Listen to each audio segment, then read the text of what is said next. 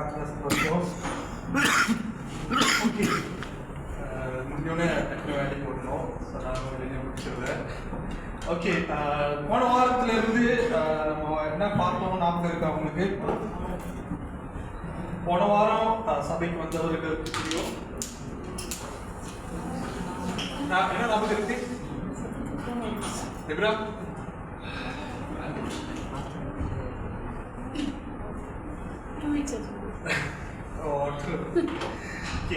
போன வாரம் என்ன காரியம் உங்களுடன் பகிர்ந்து கொண்டிருக்கிறார். நமக்கு 3 காரியங்கள் இருக்கிறது. சரீரம், ஆத்மா,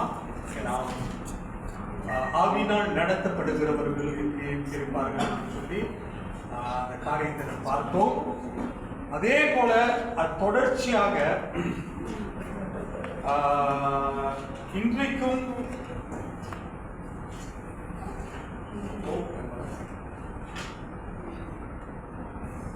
உங்கள் உள்ளான மனுஷனை பலப்படுத்துங்கள் என்ற தலைப்பிலே நம்மளோட பகிர்ந்து தேவனுடைய வார்த்தையை பகிர்ந்து கொள்ள போகிறேன்.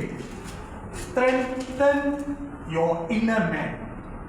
உள்ளான மனிதனை பலப்படுத்துங்கள். நாம் எடுத்துக் கொள்வோம் 1 தெசலோனிக்கேயர் 5:23.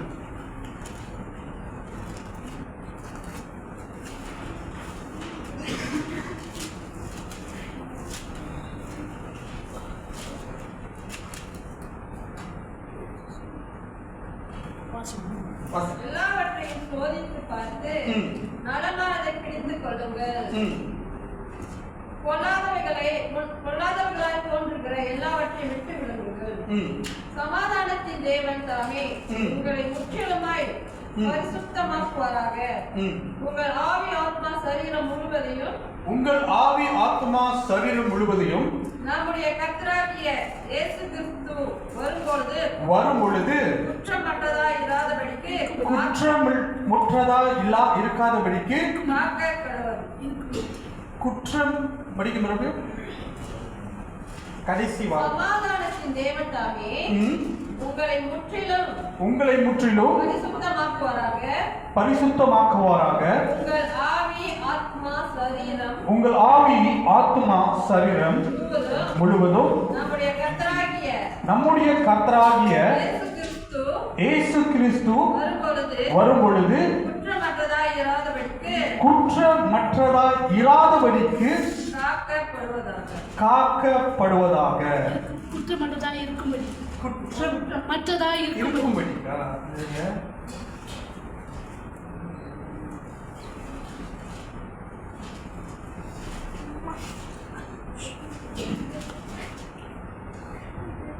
வாசிக்கிறேன்.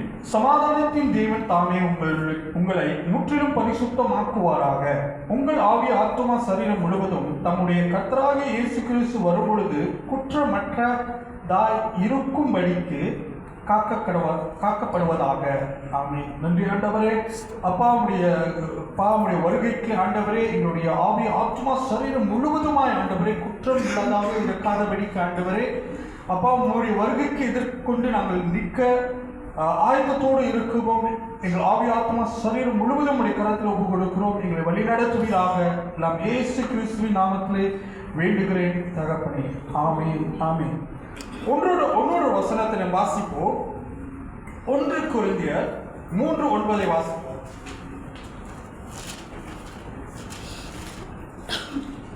1 கொரிந்தியர் 3ஆம் அதிகாரம் 9வது வசனத்தை வாசிப்போம். நாங்கள் தேவனுக்கு உடன் வேலையாட்களா இருக்கிறோம். நீங்கள் தேவனுடைய பண்ணையும்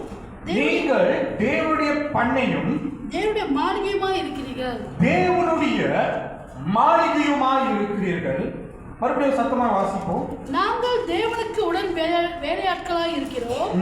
நீங்கள் தேவனுடைய பண்ணையும் தேவனுடைய மாளிகையுமாய் இருக்கிறீர்கள். ஓகே, தேவன் நம்மளை பார்க்கிற விதமே ஒரு வித்தியாசமா தான் பார்க்கிறது. நாமளே பார்க்கறது அற்பமா சொப்பமா நமக்கு தெரிஞ்சதுதான் நம்ம பார்த்துக்கிட்டு நம்மளுடைய தகுதியை நம்ம பார்த்துக்கிட்டு கொண்டிருப்போம். ஆனால் இயேசு கிறிஸ்து நம்மளை பரலோகம் எப்படி பார்க்குது என்று சொன்னால், நம்மை ஒரு மாளிகையை போல பார்க்கலாம். மாளிகை, தேவனுடைய மாளிகையை போல பரலோகம் நம்மை பார்க்குதான். வேதத்தில் அழகாய் அவர் எழுதியிருக்கிறார். பவுல் மறுபடியும் வாசிக்கலாம். நாங்கள் தேவனுடைய உடன் வேலையாட்களா இருக்கிறோம். நீங்கள் தேவனுடைய பண்ணை என்று சொன்னால் ஒரு தோட்டம். தேவனுடைய தோட்டம் என்று அர்த்தம் கொள்கிறது. தேவனுடைய தோட்டம் எப்படிப்பட்ட தோட்டமாக இருக்கும்? சும்மா சாதாரண தோட்டமா இருக்குமா? விஷாய் முன்னுக்கு வந்து உட்காரியா, முன்னுக்கு வா. தேவனுடைய தோட்டம் என்று சொன்னால் அது சாதாரணமா அந்த தோட்டம் இருக்காது. தேவனுடைய தோட்டம் உருவாக்கப்படுகிற ஒரு தோட்டம். யாருடைய கரத்திலே உருவாக்கப்படுகிறது என்றால் தேவனுடைய கரத்திலே உருவாக்கப்படுகிறது. அப்ப தேவனுடைய கரத்திலே செய்யப்படுகிற தோட்டம் அது சும்மா சாதாரணமா செய்து விட்டு அப்படியே போயிடுவாரா? இல்லையா? ஏதேன் தோட்டத்தை அவர் உருவாக்கும் பொழுது தன் மனிதனுக்கு, தன் செய்த உருவாக்கின மகனுக்கு ஆதாமுக்கிட்ட கொடுக்கும் பொழுது ஏதேன் தோட்டம் அவ்வளோ அழகான தோட்டமாக இருந்தது. அந்த தோட்டத்தில் எல்லா மனிதனுக்கு வேண்டிய காரியங்களும் தேவன் அங்கு வைத்திருந்தார். மனிதனுக்கு சாப்பிடக்கூடிய பழங்கள், காய்கறிகள் எல்லாவற்றிலும் அந்த இடத்துல தேவன் அழகாய் ஒரு காரியத்தை, தோட்டத்தை செய்திருந்தார். ஒரு தோட்டக்காரங்களுக்கு தான் தெரியும் ஒரு தோட்டம் எப்படி வச்சிருக்கு. எங்கள் அப்பா பார்த்தீங்கன்னாக்கா இப்படியும் வருஷ காலமாக தோட்டக்காரராக இருந்தார். ஸ்கூலில் தோட்டக்காரராக இருந்தார். ஒரு கம்பெனியில் தோட்டக்காரராக இருந்து அந்த தோட்டத்தை எல்லாரும் என்ன சொல்லுவாங்கனாக்கா, நீங்கள் கை வச்சாவே நல்லா இருது அப்படின்னு. ஒரு நாள் என்ன செஞ்சிட்டாரு அப்பா, அந்த கம்பெனியை விட்டு நின்றுட்டு சொந்த தொழிலுக்கு போயிட்ட பிறகு அந்த இடத்துக்கு கம்பெனிக்கு வந்து வேற ஒரு தோட்டக்காரங்க வந்தாங்க. வந்து பார்க்கும் பொழுது அந்த தோட்டக்காரர் செய்கிற வேலை யாருக்குமே பிடிக்கல. மாங்காய் மரத்தை வெட்டி எடுத்துடுறாரு, பூச்செடியை வெட்டி எடுத்துடுறாரு, எதுவுமே சரியா செய்யலன்னு சொல்லிட்டு அங்குள்ள அந்த கம்பெனியோட மேனேஜரே அப்பாவை தேடி வந்துட்டாரு. காடியை தூக்கிக்கிட்டு நாங்கள் கம்பம் நோக்கியில் இருக்கிறோம், கம்பத்தில் இருக்கிறோம்.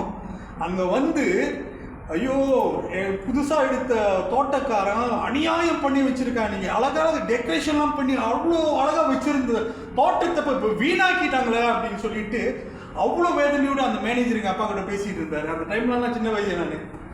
அப்போ அப்பாவுடைய வேலை ஒரு தோட்டக்காரனுடைய அந்த செடி நடுறது அவ்வளோ ஒரு பாசத்தோடு கூட செடியை நடுகிறாங்க. அந்த காய்கறியை எடுக்கும் பொழுதும் அதில் அறுவடை செய்யும் பொழுதும் எவ்வளோ சந்தோஷத்தோடு அறுவடை செய்கிறார்கள். மறுபடியும் அப்பா மறுபடியும் அந்த கம்பெனிக்கு போய் வேலை செய்யும் பொழுது மறுபடியும் அலங்கோலமான அந்த தோட்டத்தை அழகுபடுத்தி விட்டார். அதே போலதான் தேவன் நம்மை பார்க்கிற ஒரு தோட்டமாக இருக்கிறார். தேவனுடைய தோட்டம். பண்ணை என்று சொன்னால் தோட்டம். அது ஒரு டிரான்ஸ்லேட் பண்ணி பார்த்தோமாக்க வேற பைபிள்ல சிம்பிள் பைபிள் அது மாதிரி எல்லாம் பார்த்தோமாக்க அது ஒரு தோட்டத்தை குறிக்கிறது. யாருடைய தோட்டம்? தேவனுடைய தோட்டம். அப்ப அந்த தேவனுடைய தோட்டத்தை பரலோகம் எப்படி நம்மளை பார்க்குது என்றால் ஒரு அழகான தோட்டம் போலவும் மாளிகை போலவும். சும்மா அந்த என்ன சொல்லுவாங்க, சும்மா சாதாரண வீடு போல அவங்க பரலோகம் நம்மளை பார்க்கணும். நம்ம தான் சொல்லிக்கிட்டு இருப்போம், நம்மளுக்கு ஒரு 20க்கு 20 போதும்லாம், வீடு கட்டினாவே போதும், 20க்கு 60 இல்லாட்டி 20க்கு 70 ஸ்டாண்டர்டு அது இருந்தால் போதும். அப்படி குறைஞ்சாலும் 18க்கு 65 போதும், அந்த ஸ்கொயர்லேயே போதும் வீடு அப்படின்ட்டு நம்முடைய காரியங்கள் நம்முடைய தகுதிக்கு ஏற்றவாறு தான் நம்ம சிந்திக்கிறோம். ஆனாலும் பரலோகம் நம்மளை பார்த்து தேவனுடைய மாளிகை என்று சொல்லுகிறது. மாளிகையில் என்ன இருக்கும்? வெளியேறப்பட்ட காரியங்கள் இருக்கும், எல்லாம் பிரம்மாண்டமாக இருக்கும். காரணம் அது தேவனுடைய மாளிகையாக இருக்கிறது. யார் நாம் இப்பேற்பட்ட காரியங்களை தேவன் நம்மளை மாளிகை என்று அழைக்கிறார். எப்படி நம்ம தேவன் நமக்கு கொடுத்த வாக்கு தத்தங்கள் அதெல்லாம் பார்த்தீங்கன்னாக்கா, நான் ஆண்டவரே என்னை பணக்காரன்னு சொல்லி அழைச்சிருக்கீங்க, என்னை மாளிகைன்னு அழைச்சிருக்கீங்க, என்னை தேவனுடைய தோட்டம் என்று என்னை அழைச்சிருக்கீங்க. இப்போ உள்ள சிச்சுவேஷனை பார்த்தா ஒன்றும் தெரியலையே, மாளிகையும் தெரியல, தோட்டத்தையும் தெரியல. எப்படி ஆண்டவரே இந்த வசனம் எங்களுக்கு பொருந்த போகுது? எப்படி இந்த காரியங்கள் ஆசீர்வாதங்கள் நான் அடைய போகிறேன்? நீர் சொல்லியிருக்கீங்க இப்படி அழைச்சிருக்கீங்கன்னு சொல்லிட்டு. ஆனாலும் நான் இப்போ இருக்கிற வாழ்க்கை அதுக்கும் இதுக்கும் சம்மந்தமெல்லாம் இருக்கு, வேதத்துக்கும் அது வேற மாதிரி இருக்குது ஆண்டவரே அப்படின்னு சொல்லிட்டு நான் ஒருவேளை கேட்கலாம். ஆனால் தேவன் அவர் சொன்னபடி செய்வார். யூதா 1வது அதிகாரம் 20வது வசனத்தை நாம் வாசிப்போம்.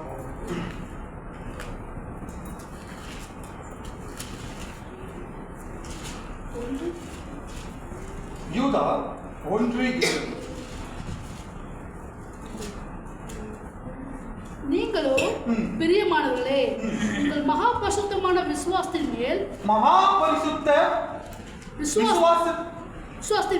விசுவாசத்தின் மேல் உங்களை உறுதிப்படுத்திக் கொண்டு பரிசுத்த ஆவிக்குள் ஜெபம் பண்ணி தேவனுடைய அன்பிலே உங்களை காத்துக்கொண்டு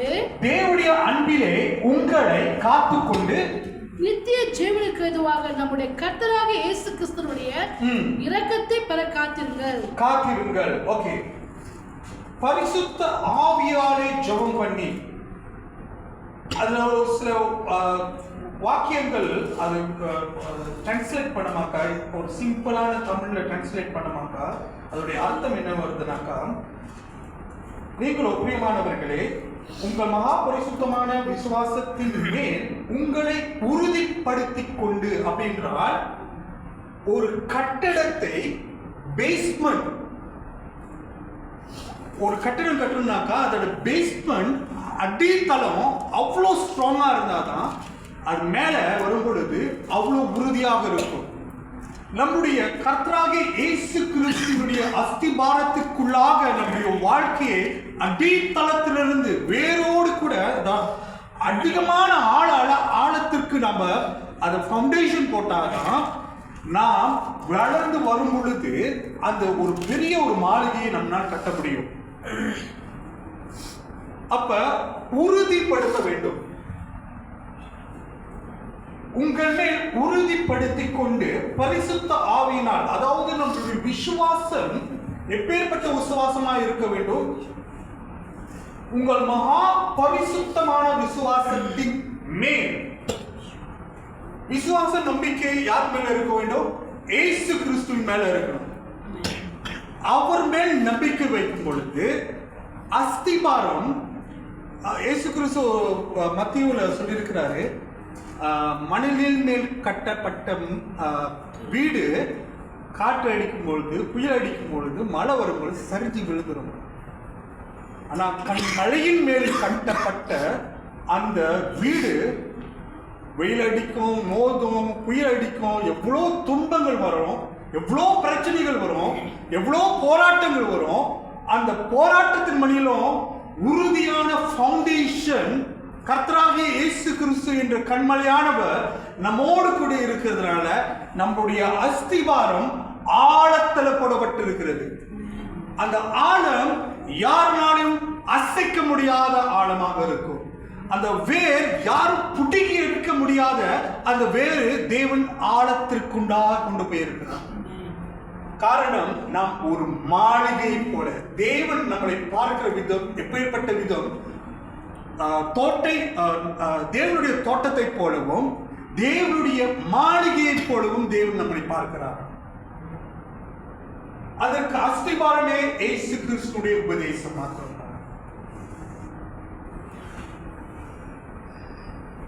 நம்ம ஒன்று எடுத்துக்கொள்வோம். எபேசியர் 2வது அதிகாரம் 8வது வசனத்தை வாசிப்போம். கிருபையினாலே விசுவாசத்தை கொண்டு ரட்சிக்கப்பட்டீர்கள். இது உங்களால் உண்டானதல்ல, இது தேவனுடைய ஈவு. ஓகே, ரட்சிப்பு. ஓகே, இங்க வந்து மறுபடியும் நான் எடுத்துக்கிறேன்.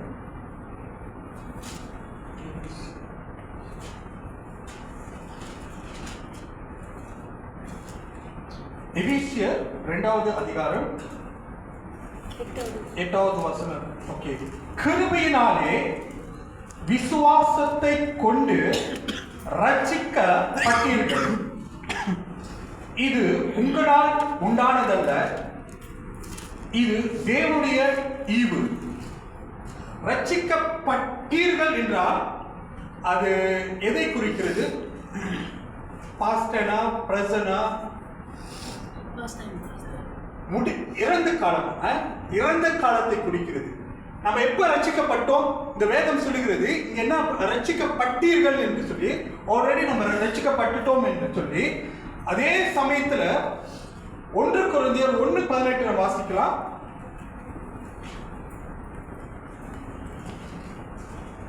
1 கொரிந்தியர் 1:18. சிலுவையை பற்றிய உபதேசம் கெட்டு போகிறவர்களுக்கு பைத்தியமாய் இருக்கிறது. ரட்சிக்கப்படுகிற நமக்கோ அது தேவ பலனாய் இருக்கிறது. ரட்சிக்கப்படுகிற நமக்கோ அது தேவ பலனாக இருக்கிறது. ரட்சிக்கப்படுகிற நாமம் அப்படின்னாக்கா என்ன அர்த்தம்? இதுக்கு முதல் ரட்சிக்கப்பட்டீர்கள் பொழுது, இப்ப வாசிக்கும் பொழுது ரட்சிக்கப்பட்டு கொண்டிருக்கிறீர்கள். ரட்சிக்கப்படுகிறவர்களாக இருக்கிறோம். ரட்சிக்கப்படுகிறவர்களாக நடந்து கொண்டு இருக்கிறது. ரட்சிக்கப்பட்டுட்டோம், இப்ப ரட்சிக்கப்பட்டு கொண்டு இருக்கிறோம். 3வது வார்த்தையை நாம் வாசிப்போம். மத்திய 10:22 வாசிப்போம்.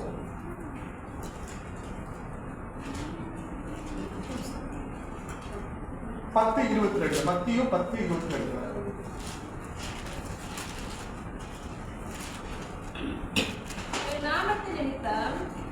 என் நாமத்தின் நிமித்தம் நீங்கள் எல்லாராலும் பகைக்கப்படுவீர்கள். நீங்கள் எல்லாராலும் பகைக்கப்படுவீர்கள். முடிவு பரியந்தமும் நிலைத்து நிற்பவனே ரட்சிக்கப்படுவான். இப்ப நம்ம ரட்சிக்கப்பட்டுட்டோமா? ரட்சிக்கப்பட்டு கொண்டிருக்கிறோமா? இல்ல ரட்சிக்கப்பட போறோமா? இப்ப 3 விதத்துல நம்ம படிச்சோம். ஒன்னு, ரட்சிக்கப்பட்டீர்கள் என்று சொல்லி வேதம் சொல்லுது. 2வது, ரட்சிக்கப்பட்டு கொண்டிருக்கிறீர்கள் என்று சொல்லுது. 3வது, ரட்சிக்கப்படுவீர்கள் என்று சொல்லுது. நம்ம இது இந்த ரட்சிப்பு எந்த கேட்டகரியில நம்ம இருக்கிறோம்? இப்ப நம்ம ரட்சிக்கப்பட்டுமா இல்லையா? ஓகே. ரட்சிப்பு நாம் எப்பொழுது முதலாக இயேசு கிறிஸ்துவை சொந்த ரட்சகராக நாம் ஏற்றுக்கொண்டோமோ, நாம் அவரை மனதார சிந்தனையாலும் முழு மனதோடும் முழு சிந்தையோடும் முழு பலத்தோடும் கூட அவர் மேல் அன்பு வைத்து, அவர் என்னுடைய பாவங்களை மன்னித்து விட்டார் என்று சொல்லி நாம் விசுவாசித்து அவரை ஏற்றுக்கொள்ளும் பொழுது நாம் ரட்சிக்கப்பட்டு விட்டோம். அதாவது ரட்சிப்பு எங்க முதல் போகுது அப்படின்னு ஒரு கேள்வி கொண்டுமா? முதலாவது நம் ஆவியை தேவன் 100% பரிசுத்தப்படுத்தி கல்வாரி சிலுவையிலே எல்லாவற்றையும் சுமந்து கழுவி சுமந்து நம்மளை சுத்திகரித்து நம்முடைய ஆவியை எப்படிப்பட்டதாக கொண்டு வந்தார்னாக்கா 100% பியோர் ஆகிட்டார். நம்முடைய ஆவி நமக்குள்ளாக நான் ஏற்கனவே சொன்னேன், ஆவி இருக்கிறது, ஆத்மா இருக்கிறது, சரீரம் இருக்கிறது. இந்த 3 நிலையிலே முதலாவது இயேசு கிறிஸ்துவின் ரத்தம் கழுவப்பட்டு நம்முடைய ஆவி எங்கிருந்து வந்தது? தேவனிடத்திலிருந்து வந்தது. அந்த தேவனிடத்துக்கு தான் மறுபடியும் போகணும். ஆனால் அந்த பூமியில நாம் வாழும் பொழுது தேவனை மறந்து நம்முடைய சொந்த வேலைகளுக்கு நாம் போகும் பொழுது அங்க தேவனை நாம் மேல் வைத்திருந்த அந்த 100% பியோரான அந்த பரிசுத்தம் எப்படி ஆதாம் உருவாக்கப்பட்டு அந்த பரிசுத்தமான வாழ்க்கையை வாழ்ந்தார்களோ, அந்த வாழ்க்கையினுடைய ஆவி நமக்குள்ளாக வர வேண்டும் என்று சொல்லி தேவன் நம்மளை பரிசுத்தப்படுத்தி விட்டார். எப்ப ரட்சிக்கப்பட்டோம்? நம்முடைய ஆவி இயேசுவை ஏற்றுக்கொண்ட பிறகு ரட்சிக்கப்பட்டு விட்டோம். கிளியரா? ஆவி 100% பரிசுத்தமானது, ரட்சிக்கப்பட்டு விட்டுச்சு. அது ஆல்ரெடி நம்ம ரட்சிப்புக்குள்ளாக நடத்தப்படுகிறோம். ஆவிக்குள்ளாக நாம் ரட்சிக்கப்பட்டோம். இரண்டாவதாக நாம் வாசித்தோம், என்ன வாசித்தோம்? 1 கொரிந்தியர் 1:18.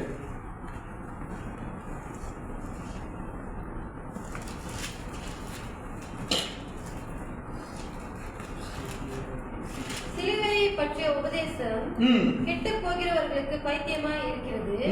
ரட்சிக்கப்படுகிற நமக்கோ அது தேவ பலனா இருக்கிறது.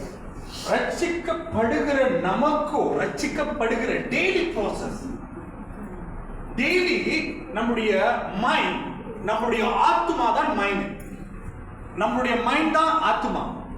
நம்ம எந்தெந்த இன்ஃபர்மேஷனை கலெக்ட் பண்றோமோ, வாட்ஸ்அப்ல பார்ப்போம், போச்சு இந்த மாதிரி அறிகுறி இருந்துச்சுனாக்கா நம்மளுக்கு டயபெட்டிக்ஸ் வந்துருக்குன்னு அர்த்தம் அப்படின்னு சொல்லிட்டு படிக்கிறோம். படிச்சு இந்த படிப்பு பார்வை இந்த மைண்ட்குள்ள போய், இந்த சிந்தனைக்குள்ள போய் அது ப்ராசஸ் பண்ணி டாட்டாவை என்ன செய்யுது, ரிசீவ் பண்ணிக்கிடுச்சு. ஐயோ இந்த மாதிரி சிம்டம் இங்க வெளியே எடுத்தாக்கா போச்சு, நம்மளுக்கு வந்து வியாதி வந்துருச்சு அப்படின்ட்டு அர்த்தம்னு சொல்லிட்டு யார் சொல்றது? மைண்ட் சொல்லுகிறது. நம்முடைய ஆத்மா சொல்லுகிறது. எல்லாவற்றிலும் படிச்சு பிறகு எங்க தேவனுடைய வார்த்தையை விட்டுட்டு எல்லா இன்ஃபர்மேஷன் டாக்டர் சொல்றது, மாமா சொல்றது, மாமச்சா சொல்றது, அக்கா சொல்றது எல்லாத்தையும் கேட்டு இன்ஃபர்மேஷன் வச்சுக்கிட்டு இப்ப என்ன செய்ய போறோம்? ஆத்மா நினைக்கிற காரியங்கள்ல யார் செயல்பட போகிறா? இந்த சரீரம் செயல்பட போகிறது.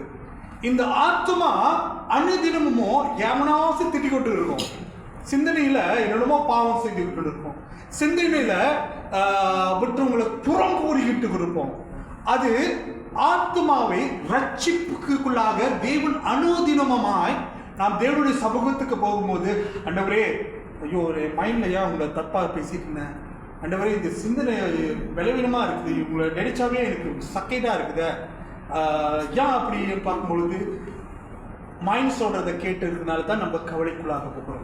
ஆவி சொல்லுகிறது எப்போதும் ஜீவனுடையதாக இருக்கும். அல்லேலூயா. ஆவி சொல்லுகிறது, ஆவி சொல்லும் பொழுது தேவனுடைய வார்த்தை மட்டும்தான் நம்மளை புஷ் பண்ணி கொண்டே இருக்கும். ஆனால் நம்முடைய மைண்ட் சொல்லும் பொழுது, நம்முடைய ஆத்மா சொல்லும் பொழுது கண்ணுக்கு தெரிகிற காரியங்கள் நம்ம எப்பயோ கேள்விப்பட்ட, ஸ்கூல் படிக்கிறப்ப எதோ கேள்விப்பட்டிருப்போம். நம்முடைய வாழ்க்கை நீ பெருசாயிட்டா இந்த போலீஸ்காரனா ஆக மாட்டேன், இல்லை நல்ல வேலையில் இருக்க மாட்டேன், எவனோ திட்டி இருப்பான். அந்த இன்ஃபர்மேஷனை 20 வருஷமா சுமந்துக்கிட்டு இருப்பாங்க. எங்க அவங்களுடைய ஆத்மால சுமந்துக்கிட்டு இருப்பாங்க. அப்ப ஒருத்தர் குறை சொல்லும் பொழுதோ இல்லை மைண்டுக்கு நம்மளே அங்க அழைப்பாங்கல்ல, அதுதான் வந்து தேவனுடைய சமூகத்திற்கு போகும் பொழுது நாம் ரட்சிக்கப்படுகிறோம். நம்முடைய பாவத்தை அறிக்கை செய்யும் பொழுது அந்த ரட்சிப்புக்குள்ளாக அனுதினமுமாய் அது செயல்படுகிறதாக இருக்கிறது. ஆத்மா ஆவி என்ன எப்ப ரட்சிக்கப்பட்டது? எப்ப இயேசு கிறிஸ்துவை ஏற்றுக்கொண்டோமோ அப்பயே ரட்சிப்புக்குள்ளாக நம் ஆவி ரட்சிப்புக்குள்ளாக நடத்தப்பட்டது. 100%. நம்முடைய சிந்தனையில மைண்ட்ல போராடுகிற செய்கிற பாவங்கள் அது அனுதினமாக தேவனுடைய சமூகத்திற்கு வரும் பொழுது சுத்திகரிக்கப்படுகிறதாக இருக்கிறது. மாம்சத்தினுடைய செயல்கள் எப்படிப்பட்டதாக இருக்கும்? வாசிப்போம். மத்தேயு 10வது அதிகாரம் 22. நீங்கள் எல்லாராலும் பகைக்கப்படுவீர்கள், முடிவு பரியந்தம் ரட்சிக்கப்படுவார். இப்ப சரீரம் ரட்சிக்கப்படவே போகும். தேவனுடைய வருகைக்கு முன்பதாக ரட்சிப்புக்குள்ளாக குற்றமற்றதாக இருக்க வேண்டும். இந்த சரீரம் எப்படி செயல்பட்டுக்கிறதுனாக்கா ஆவிக்கும் ஆத்மாவுக்கும் ரெண்டுக்கும் கீழ்ப்படிஞ்சுதான் சரீரம் வேலை செய்யும். இப்ப இங்க ஒரு சாப்பாடு இருக்குன்னு வச்சுக்குவேன். இங்க சாப்பாடு இருக்கு, என்னுடைய ஆவி சொல்லுது போய் சாப்பிடு இருக்கு, என்னுடைய ஆத்மா சொல்லுது அதை போய் சாப்பிடு இருக்கு. இந்த சரீரம் சொல்லுது கீழ்ப்படியில எனக்கு சாப்பாடு வேணாம் அப்படின்னு. இப்ப ஆவி சொல்றதும் ஆத்மா சொல்றதும் சரீரம் கீழ்ப்படிஞ்சாதான் அதே தானா போயிட்டு எடுத்து ஆவிக்குள்ள சாப்பாடு போடாது. அதுக்கு பிறகு என்ன செய்யணும்க்கா, இந்த சரீரம் நம்மளுக்கு வெளிப்புறமாக இருக்கிற இந்த மண்ணான சரீரம் வேலை செய்து பிடிக்கிறதுக்கோ இல்லை அதை ஒரு ஆப்ஜெக்ட் பார்க்கறதுக்கோ, தொட்டு பார்த்து கேட்டு, இது எல்லாம் வந்து சரீரத்துக்கு 5 புலன்கள் எப்படி வேலை செய்யணும்னாக்கா, ஆவி ஆத்மா சரீரம், ஆவி ஆத்மா சொன்னாதான் இந்த சரீரம் போய் சாப்பிட்டு புஷ்டி அடையும். இப்ப ரெண்டு பேரும் சேர்ந்து சாப்பிடக்கூடாதுன்னு சொன்னாக்கா அந்த சரீரம் சாப்பிடாது. ஏன்னா அந்த சரீரத்துக்கு இன்ஸ்ட்ரக்ஷன் கொடுக்கிறது இந்த ஆவியும் ஆத்மாவும். இந்த ஆவியினுடைய இந்த ஆத்மா இந்த சரீரம் தேவனுடைய வருகைக்கு முன்பதாக குற்றமற்றதாக ரட்சிக்கப்படும். யாரும் கடைசி வரைக்கும் தேவனுடைய வார்த்தைகளை கேட்டு அவருடைய வருகைக்கு காத்திருக்கிற அவர்கள் தான் ரட்சிக்கப்படுவாருனாக்கா, நம்முடைய மாம்சம் இந்த உலகத்தினுடைய பாவம் எல்லாம் சூழ்ந்து பாவம் சூழ்ந்து கொண்டு இருக்குது. எங்க போனாலும் சரீரமான காரியங்கள் தான் வெளி உலகத்திலும் இருக்குது. நம்ம ஏன்னா பூமியில இருக்கிறோம். எல்லாவற்றிலும் தேவன் என்ன செய்கிறார்? ஒரு முற்றுப்புள்ளி வைக்கிறார். என்ன முற்றுப்புள்ளி வைக்கிறார்? அவருடைய வருகையிலே நம்முடைய சரீரம் என்ன செய்யப்படுகிறது என்றால் மறுரூபமாக மகிமையின் சரீரமாக தேவன் பரலோகத்திற்கு எடுத்துக் கொள்கிறார். அல்லேலூயா.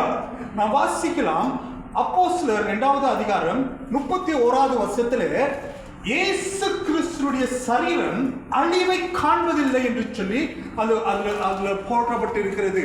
வாசிப்போம் 2:31. அவன் கிறிஸ்துவனுடைய ஆத்மா பாதாளத்திலே விடப்படுவதில்லை என்றும், கிறிஸ்துவனுடைய ஆத்மா பாதாளத்திலே விடுவதில்லை என்றும், அவருடைய மாம்சம், யாருடைய மாம்சம்? இயேசு கிறிஸ்துவுடைய மாம்சம் அழிவை காண்பதில்லை என்று முன்னறிந்து அவர் உயிர்த்தெழுதலை குறித்து இப்படி சொன்னார். அப்ப இயேசு கிறிஸ்துவுடைய சரீரம் அவர் பரலோகத்திற்கு எடுத்துக் கொள்ளப்படும் பொழுது உங்களைப் போலவும் என்னை போலவும் இருந்த சரீரத்தோடு கொண்டுதான் அவர் பரலோகத்திற்கு எடுத்துக் கொள்ளப்பட்டார். ஆனால் அவருடைய சரீரம் அழிவை காண்பதில்லை. அதே போலதான் நம்முடைய சரீரம் மண்ணுக்கு எடுக்கப்பட்டது, மண்ணுக்கே திரும்பும். ஆனாலும் நாம் இயேசு கிறிஸ்துவின் வருகையில நம்முடைய சரீரம் எப்படிப்பட்டதாக இருக்குமாக்கா? மகிமையினுடைய சரீரமாக இருக்கும். அதுக்கு என்றென்றைக்கும் அழிவே கிடையாது. நித்தியமாய் தேவனோடு கூட பரலோகத்துல பாவம் இன்றி இந்த சரீரம் மகிமையின் சரீரம் வாழப் போகிறது. அல்லேலூயா. ஓகே, நான் இது வரைக்கும் சொன்ன காரியங்கள் புரிந்துதா? ஆத்மா ஆவி எப்ப ரட்சிக்கப்பட்டது? நாம் எப்போது ரட்சிக்கப்பட்டோமோ, இயேசு கிறிஸ்துவை சொந்த ரட்சகராக ஏற்றுக்கொண்டோமோ, ஆவி டோட்டலி 100% பியோராகி ரட்சிக்கப்பட்டு விட்டது. நம்முடைய சிந்தனை, நம்முடைய ஆத்மா செய்கிற காரியங்களில், அனுதினமும் செய்கிற போராட்டங்களிலே நாம் செய்கிற ஆத்மாவால் செய்கிற பாவங்களை அனுதினமாய் தேவன் என்ன செய்கிறார்? அதை மன்னித்து அவருடைய இரத்தத்தினால கழுவி சுத்திகரித்து நம்மளை மறுபடியுமாக ஒரு புதிய ஜீவனுக்குள்ளாக கொண்டு வருகிறார். அது மாத்திரம் இல்ல, நம்முடைய சரீரம் தேவனுடைய வருகைக்கு முன்பதாக ரட்சிக்கப்பட வேண்டும். அதற்கு ரட்சிக்கப்படும் என்றால் ஆவி ஆத்துமா தேவனோடு கூட சார்ந்து இருந்தால்தான், தேவனுடைய வார்த்தைக்கு கீழ்ப்படிந்திருந்தால்தான் இந்த ஆவியும் ஆத்துமாவும் தேவனோடு இசைந்திருக்கும் பொழுது, தேவனோடு வேரூன்றி ஆழமான ஃபவுண்டேஷனுக்குள்ளாக இருக்கும் பொழுது, அது எப்பேற்பட்ட பிரச்சனையாக இருந்தாலும் கூட, எவ்வளவு பெரிய தீர்க்க முடியாத காரியங்களாக இருந்தாலும் கூட, காரணம் இயேசு கிறிஸ்துவின் கண்மலையானது அஸ்திபாரம் போடப்பட்டிருந்தால் அவர்கள் எழுப்பக்கூடிய அந்த சரீரத்துடைய செய்கைகளை அவர்கள் அவிழ்த்து போட்டு தேவனுக்கு முன்பதாக அவருடைய சரீரங்களை அவருடைய வருகைக்கு முன்பதாக இந்த சரீரமும் ரட்சிப்புக்குள்ளாக நடத்தப்பட வேண்டும். ஓகே, இந்த ஆவி ஆத்மா சரீரம் மூன்றுக்கும் ஒரு வித்தியாசம் உண்டு.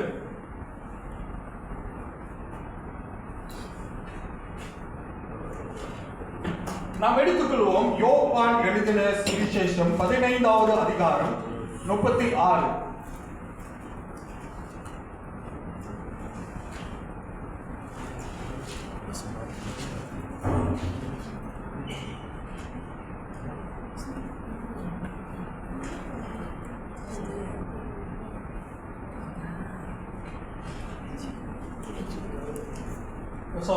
யோவான் எழுதின சுவிசேஷம் 15:26.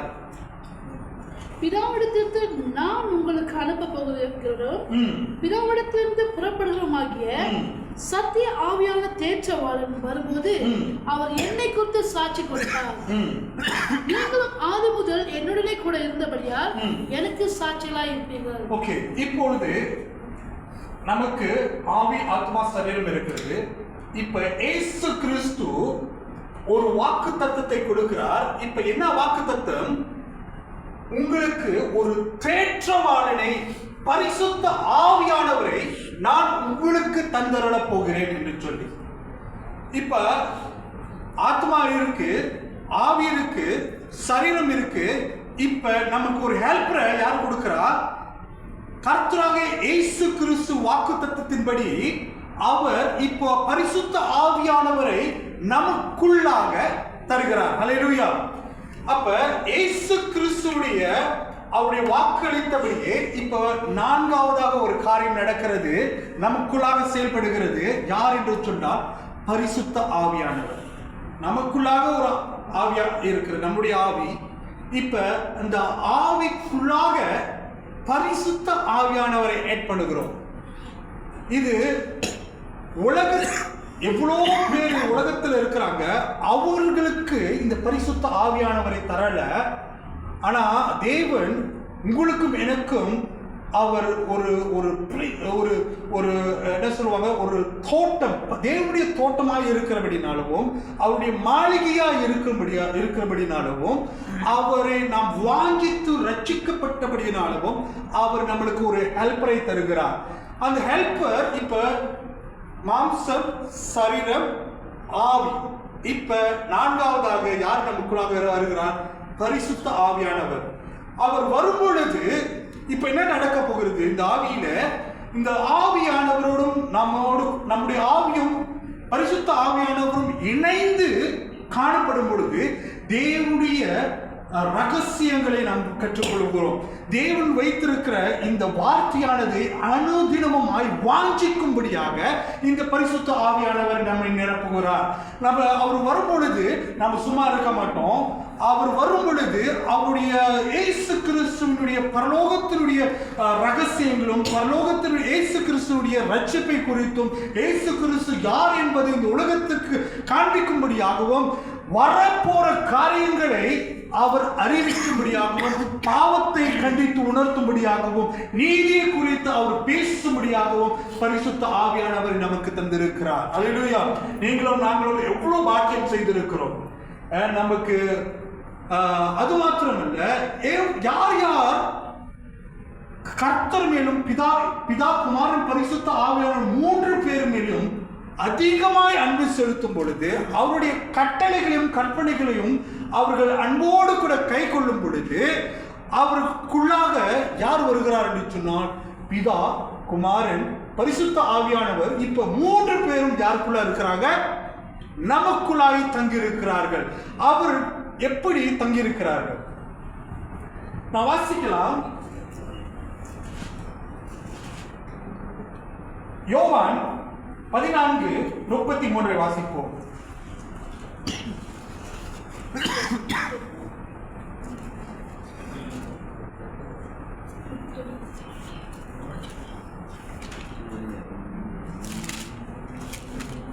ஓகே, 14:21 நான் வாசிக்கிறேன். என் கற்பனைகளை பெற்றுக்கொண்டு அவைகளை கை கொள்ளுகிறவன் எவனோ என்னிடத்தில் அன்பாய் இருக்கிறான். என்னிடத்தில் அன்பாய் இருக்கிறவன் என் பிதாவுக்கு அன்பாய் இருப்பான். நானும் அவனில் அன்பாய் இருந்து அவனுக்கு என்னை வெளிப்படுத்துவேன். 33 ஒருவன் என்னில் அன்பாயிருந்தால் அவன் என் வசனத்தை கைக்கொள்வான். அவனில் என் பிதா அன்பாயிருப்பார். நாங்கள் அவனிடத்தில் வந்து அவனோடு கூட வாசம் செய்வோம். அல்லேலூயா. இங்க யார் காணப்படுகிறார்? பிதாவானவர் காணப்படுகிறார், இயேசுவானவர் காணப்படுகிறார், பரிசுத்த ஆவியானவர் காணப்படுகிறார். இவர்கள் யார் நமக்குள்ளாக வருகிறார்கள் என்றால் அவர் மேல் அன்பு கூறுகிறபடினால, அவருடைய கற்பனைகளை அன்போடு கூட கடைபிடிக்கிறதுனால இப்ப நமக்குள்ளாக யார் இருக்கிறார்? பிதாவானவர் இருக்கிறார், இயேசு கிறிஸ்துவானவர் இருக்கிறார், இப்ப பரிசுத்த ஆவியானவர் இருக்கிறார், நம்முடைய ஆவி இருக்கிறது, நம்முடைய ஆத்மாக இருக்கிறது, நம்முடைய சரீரம் காணப்படுகிறது. இவைகள் எல்லாவற்றிலும் ஒரு மனிதனுக்குள்ளாக வரும் பொழுது அவனுடைய பார்வை, மனிதனுடைய பார்வை வேற வேற இருக்கலாம். ஆனா இப்ப பிதாவானவர் இருக்கிறார், இயேசு கிறிஸ்து இருக்கிறார், பரிசுத்த ஆவியானவர் நமக்கு இருக்கிறார் என்று சொன்னால், நம்ம எபிஷாயை பார்க்கும் பொழுது எபிஷாயோட தோற்றத்தை தான் நம்ம கண்ணால பார்ப்போம். ஆனால் நம்ம பிதா நம்மோடு கூட பார்க்கும் பொழுது, நம்ம இயேசு கிறிஸ்து நம்மோடு கூட பார்க்கும் பொழுது, அவனுக்குள்ளாக இருக்கிற எந்த ஆவி அவனோடு கூட இருக்கிறது, பரிசுத்த ஆவியானவர் அவருக்குள்ளாக இருக்கிறார் என்பதை நம் கண் வழியாக நாம் பார்க்க முடியும். அல்லேலூயா. அப்ப ஒருத்தவங்களுடைய காரியங்களை, ஒரு வாழ்க்கையை இப்ப இயேசு கிறிஸ்துடைய வாழ்க்கையில பார்க்கும் பொழுது, ஒரு சமாரியா இடத்திற்கு போகிறார். அங்க போய் ஒரு ஸ்திரியை பார்க்கிறார், ஒரு கிணற்றடியிலே. ஆனாலும் கூட இயேசு அந்த இடத்துல போகும் பொழுது அவருடைய முகத்தை பார்த்து அவர் திருக்கணமாய் சொல்லல, ஆனால் அவருடைய பின்னுடைய வாழ்க்கையை குறித்து, உனக்கு 5 புருஷர்கள் இருந்தார்களே என்று சொல்லி அப்படி ஒரு தீர்க்க தரிசனமான காரியங்களை இயேசு கிறிஸ்து பார்த்திருக்கிறார். அப்ப இயேசு பார்க்கும் பொழுது பாருங்கள், இயேசு ஒரு ஊருக்கு போகும் பொழுது அங்க ஒரு பிசாசு நிறைந்த ஒரு மனிதன் அங்க காணப்பட்டான். அந்த பிசாசு நிறைந்து காணப்படும் பொழுது இயேசு அந்த இடத்துல போகும்போது என்ன கேட்கிறார் என்றால், உன்னுடைய பெயர் என்ன என்று கேட்கிறார். அதற்கு பதில் கொடுத்த பெயர் என்றால் யாருக்கு தெரியும்? அந்த பண்டிகள் ஆவிகள் வந்து பண்டிகள் எடுத்து போனுச்சு. அந்த பெயருடைய பெயர் என்ன? லேகியோன். லேகியோன் என்றால் பல ஆயிரக்கணக்கான பேய்கள் என்று அர்த்தம். அப்ப அந்த மனுஷனுக்கு ஏதாவது பெற்றோர்கள் ஒரு பேரை வைத்திருப்பார்கள், ஏதோ ஒரு பேரை அவன் பிறக்கும் பொழுது அந்த மனுஷனுக்கு வைத்திருப்பார்கள். ஆனாலும் இயேசு கிறிஸ்து அந்த மனுஷனிடத்துல போகும் பொழுது உன்னுடைய பெயர் என்று சொல்லும் பொழுது அந்த ஆவிகள் இயேசுவை பார்க்கிறது. இயேசுவானவர் அவனுக்குள்ளாக இருக்கிற ஆவியை பார்த்தார். காரணம், இவர் பிதாவை உடையவராக இருக்கிறார், இயேசு கிறிஸ்துவுடையவராக இருக்கிறார், அவர் பரிசுத்த ஆவியால் நிரப்பப்பட்டவராக இருக்கிறார். இப்ப எல்லாவற்றிலும் நிரம்பி இருக்கும் பொழுது ஒரு மனிதனை பார்க்கும் பொழுது அந்த மனிதனுக்குள்ளாக செயல்படுகிற ஆவி என்ன என்று அவர்களால் பார்க்க முடிகிறது. அது போலதான் யார் பிதாவுடைய கட்டளைகளையும் கற்பனைகளையும் இயேசு கிறிஸ்துடைய கட்டளைகள் எல்லாவற்றையும் அன்போடு கடைபிடிக்கும் பொழுது அவருடைய வார்த்தையை நாம் படிக்க படிக்க படிக்க படிக்க படிக்க அந்நிய பாஷையில் நாம் பேசும் பொழுது, மணிக்கணக்கில் பேசும் பொழுது நம் ஆவியில் உற்சாகம் அடைகிறோம். ஆவியானவர் நமக்கு அறியாமலே அந்நிய பாஷைகளை கொடுக்கிறார். அப்ப தேவன் பார்க்கிற பார்வை வேறு. நமக்குள்ளாக பிதா இருந்தால், நமக்குள்ளாக இயேசு கிறிஸ்து இருந்தால், நமக்குள்ளாக பரிசுத்த ஆவியானவர் இருந்தால் நம்முடைய பார்வை ஒரு மனிதனுக்குள்ளாக இருக்கிற வெளி தோற்றத்தை பார்க்காது, அவன் என்ன ஆவி உடையவன் என்று சொல்லி காண முடியும். ஹல்லேலூயா. அது மாத்திரமல்ல, அந்த மனுஷனுடைய வாழ்க்கை மிகவும் அன்பாக இருக்கும். அந்த மனுஷனுடைய வாழ்க்கை மற்றொரு இடத்துல அன்பை வெளிப்படுத்தும் பொழுது தேவனை மகிமைப்படுத்துகிறான். ஹல்லேலூயா. அப்ப மனிதன் தேவன் முற்றிலுமாய் அவரை சூழ்ந்து கொண்டிருக்கும் பொழுது அவனுடைய நடக்கைகள், அவனுடைய ஸ்டெப்ஸ்கள் எல்லாவற்றையும் ஆவிக்குரியதாக இருக்கும். அவன் ஆவிக்கேற்றபடி அவன் நடக்கிறபடினால அவனுடைய தீர்மானங்களும் சரியாய் காணப்படும். நம்முடைய வாழ்க்கையில எவ்வளவு தீர்மானம் நம்ம எடுத்திருக்கலாம். நம்ம பலவீனமான மாம்ச பிரகாரமான தீர்மானங்களை எடுத்துக்கொண்டிருக்கலாம். காரணம் என்றால் நம் மாம்சத்தை சார்ந்தவர்களாக இருப்போம், மாம்ச சிந்தையுடையவர்களாக இருப்போம். எப்ப பரிசுத்த ஆவியினால் நாம் நிரப்பப்படும் பொழுது, பரிசுத்த ஆவிக்குள்ளாக நாம் செயல்படும் பொழுது அவர் என்ன திட்டங்களை வைத்திருக்கிறார் என்று சொல்லி நாம் அறிந்து கொள்ள முடியும். எப்படி அறிந்து கொள்ள முடியும்? அவருடைய பரிசுத்த ஆவியானவர் எனக்குள்ளாக இருக்கிறபடினால்தான் அவர் எனக்குள் இருந்து அந்த காரியங்களை வெளிப்படுத்துகிறார். ஹல்லேலூயா.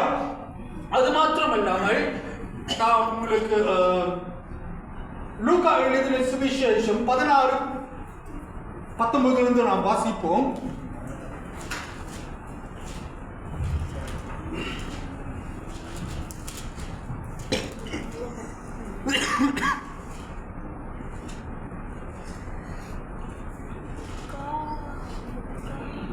லூக்கா 16:19. ஐஸ்வர்யமுள்ள ஒரு மனுஷன் இருந்தார். அவன் ரத்தவாரமும் விலையேற பெற்ற வஸ்திரமும் தரித்து அனுதினமும் சபீஷமாய் வாழ்ந்து கொண்டிருந்தான். லாசரு என்னும் பேர் கொண்ட ஒரு தரித்திரனும் இருந்தான். அவன் தரித்திரனும் நிறைந்தவனாய் அந்த ஐஸ்வர்யவானுடைய வாசலருகே கிடந்து அவனுடைய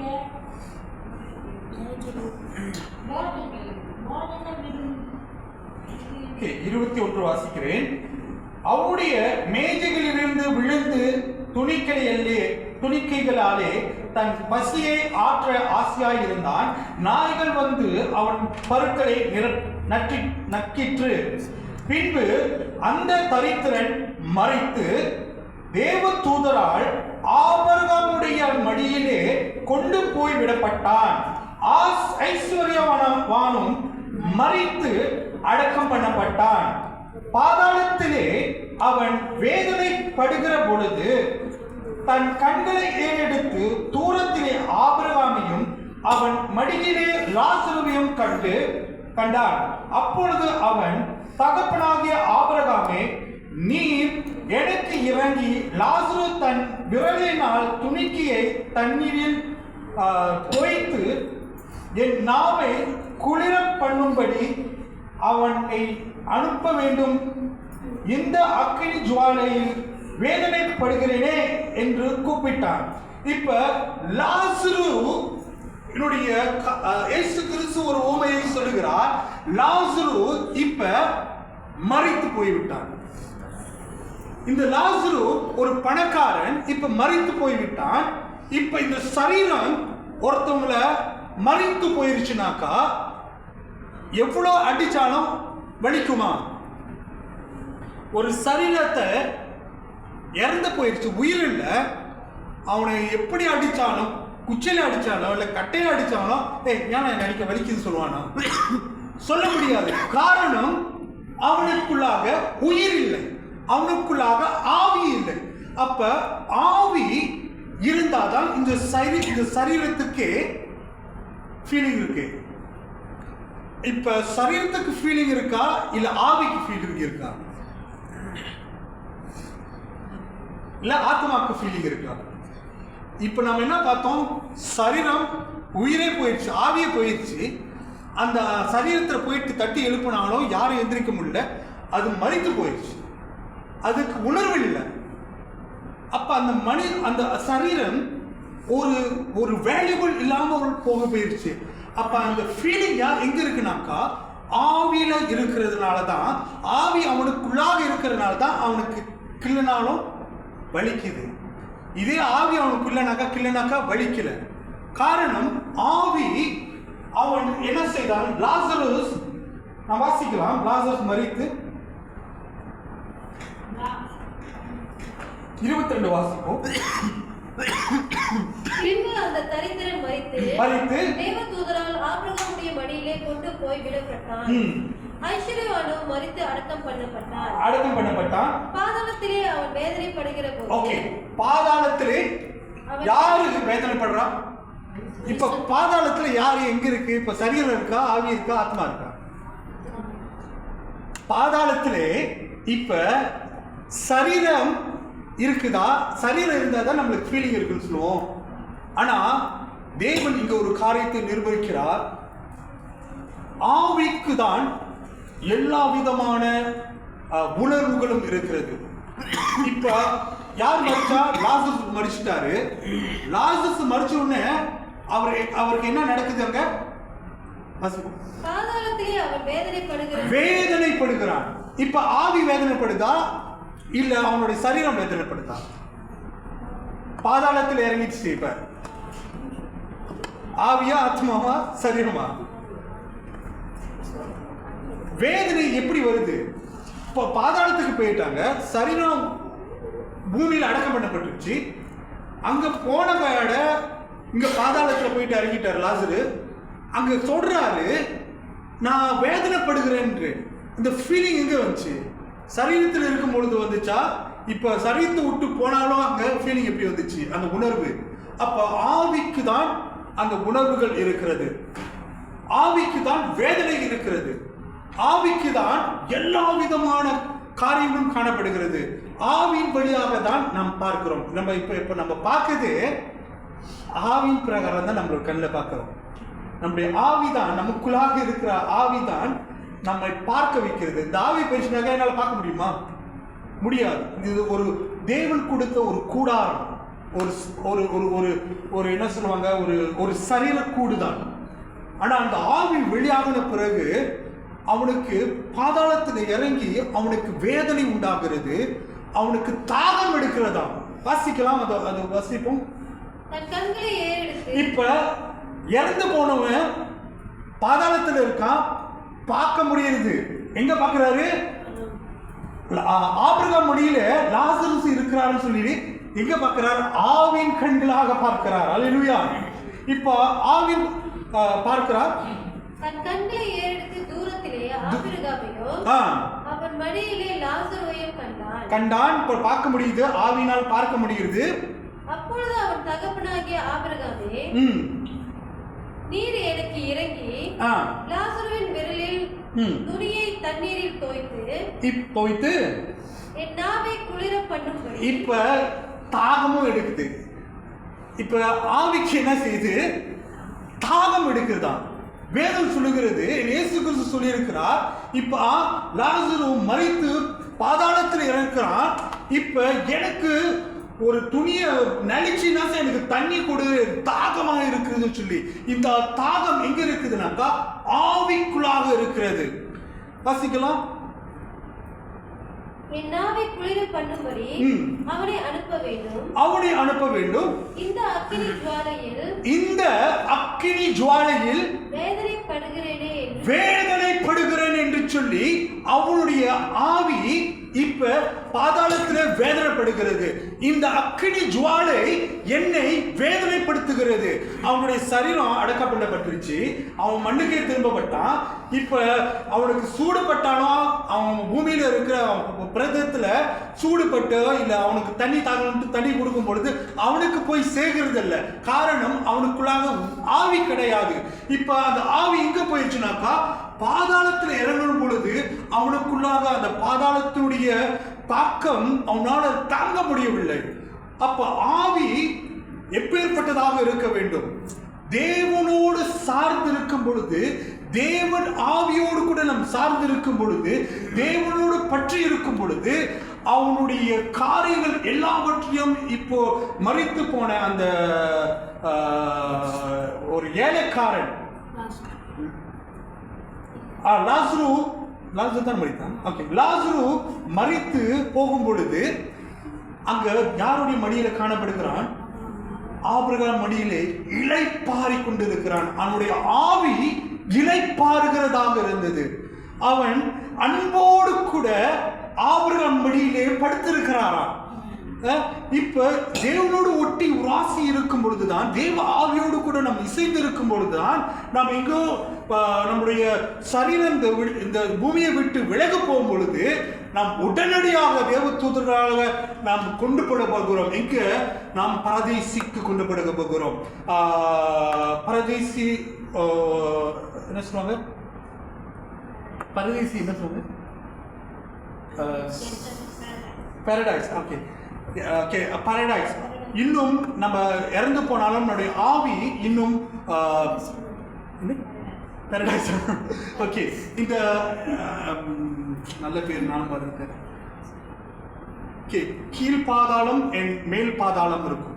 ஏன்னா ஆபிரகாம் மடியில் இருக்கிறது இந்த இந்த எஜமான் பார்க்கும் பொழுது அவங்களுக்குள்ளாக ஒரு பார்வை இருக்கிறது.